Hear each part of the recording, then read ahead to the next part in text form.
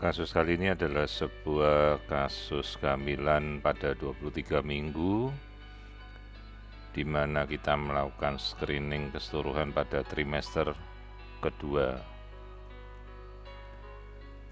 Jadi kasus sebelum dimulainya pemeriksaan, kita memeriksa pada bagian tengkuk leher, di mana pada kasus bayi ini sebenarnya tengkuknya pada awal kehamilan trimester pertama itu cukup tebal, yang menunjang ke arah kelainan berupa penebalan tengkuk atau nuchal edema. Pada trimester pertama, tengkuk kita dapatkan sekitar 7 mm. Namun setelah kita melakukan pemeriksaan genetik, ternyata genetik didapatkan keseluruhan normal. Sehingga kehamilan kita pantau pada trimester kedua, dan didapatkan pada trimester kedua tengkuknya berangsur-angsur mulai menipis menjadi 3,2 mili.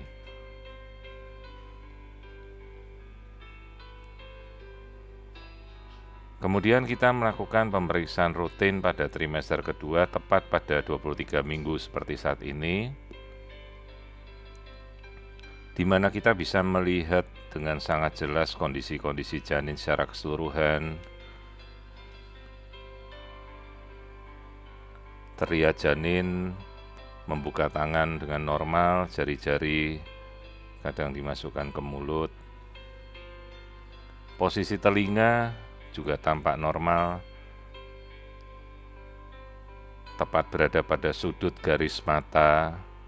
Jika ditarik ke belakang, maka sudut mata ini normal, jadi telinga ada di atas garis sudut mata ini.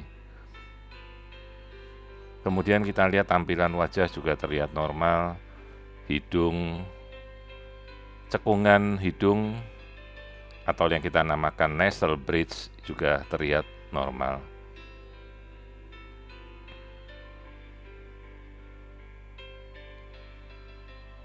Dengan sendirinya kecurigaan yang mengarah pada marker penebalan tengkuk tidak kita dapatkan lagi, yang menuju ke arah trisomi 21 atau Down syndrome. Di sini kita bisa melihat bentuk telinga atau auricula yang normal. Ini lubang telinga juga terlihat normal.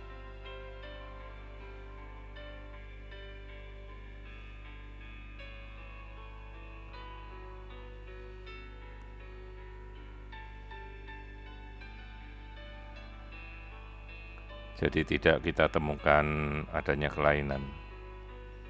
Kemudian kita kembali untuk melihat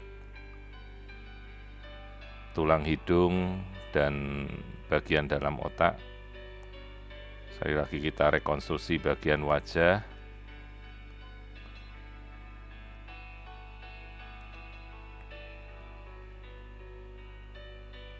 Terlihat gambaran wajah yang normal tanpa ada kelainan.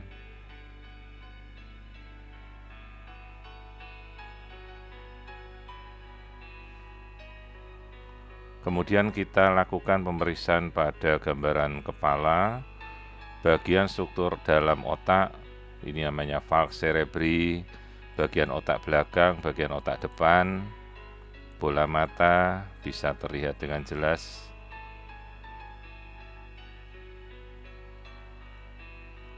Nah, di sini kita bisa melihat lapisan-lapisan otak, kita bisa cukup lihat dengan satu buah pemeriksaan keseluruhan simetri otak tampak normal. Perlihatkan tulang hidung, di mana kita selalu melihat tulang hidung ini untuk melihat kalau ada kelainan seperti Down syndrome. Tulang hidung terlihat sangat normal.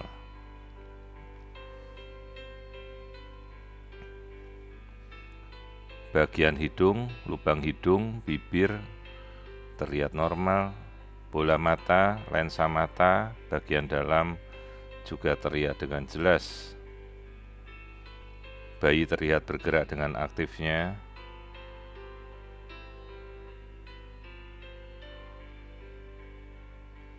Kita lakukan rekonstruksi hanya untuk melihat bagian mulut dan wajah. seperti ini. Nah, di sini kita bisa melihat hidung, lubang hidung, bibir dengan sangat tajam. Jadi tidak ada kelainan pada lubang hidung, bibir juga normal. Kemudian nasal bridge juga terlihat normal, jadi tidak terlihat gambaran tulang hidung absen. Juga hidung terlihat menonjol dengan normal, dahi juga normal.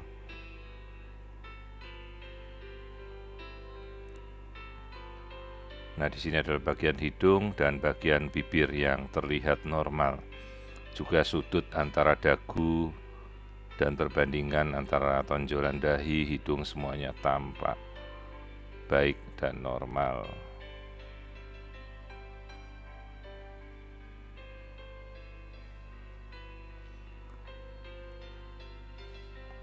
Struktur pemeriksaan kita lanjutkan untuk melakukan pemeriksaan pada jantung janin. Tampak 4 ruang, bilik kiri, bilik kanan, serambi kiri, serambi kanan, sekat antar bilik, sekat antar serambi juga terlihat normal. Katup kanan atau katup trikuspid, katup kiri atau mitral semuanya terlihat normal. 4 chamber, gambaran 4 ruang jantung terlihat normal.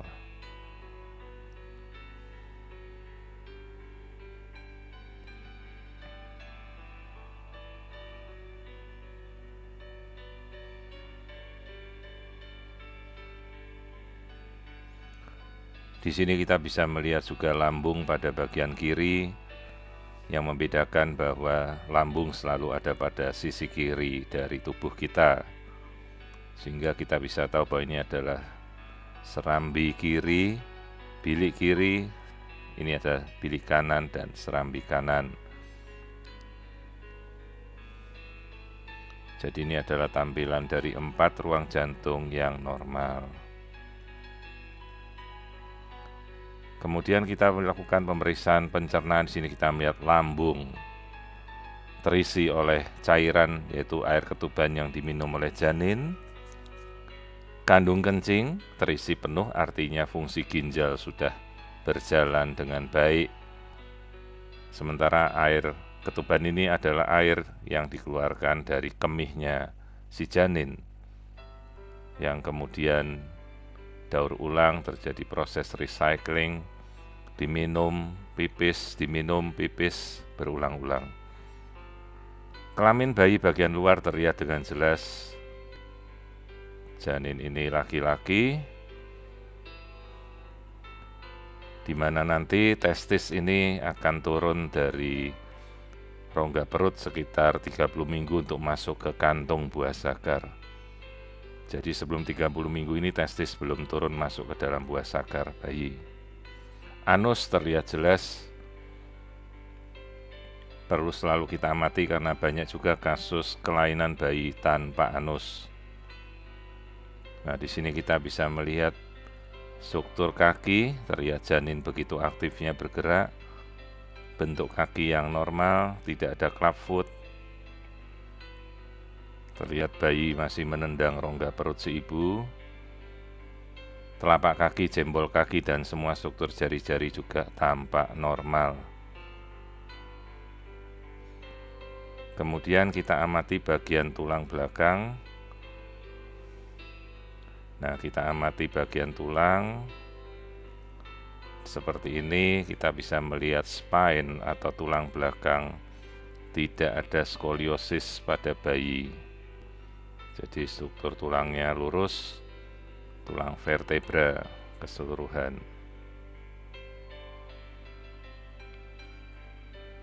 Air ketuban jumlahnya cukup, ari-ari ada di depan, tidak menutupi jalan lahir.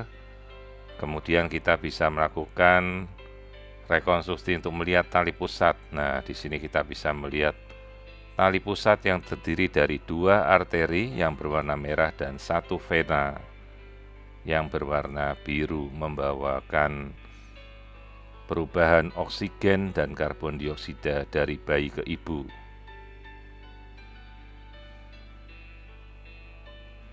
Kemudian kita bisa lakukan pengukuran aliran darah pada tali pusat, yaitu arteri umbilicus, untuk mendapatkan aliran darah normal. Nah, kemudian kita bisa lihat kembali profil wajah terakhir sebelum kita menyelesaikan pemeriksaan. Jadi tampak keseluruhan bayi ini normal, tidak ada kelainan.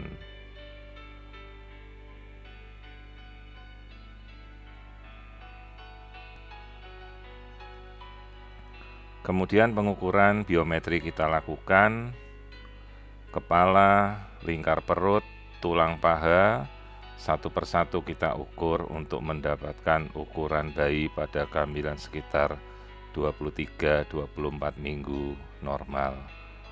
Ukurannya sekitar 650-666 gram.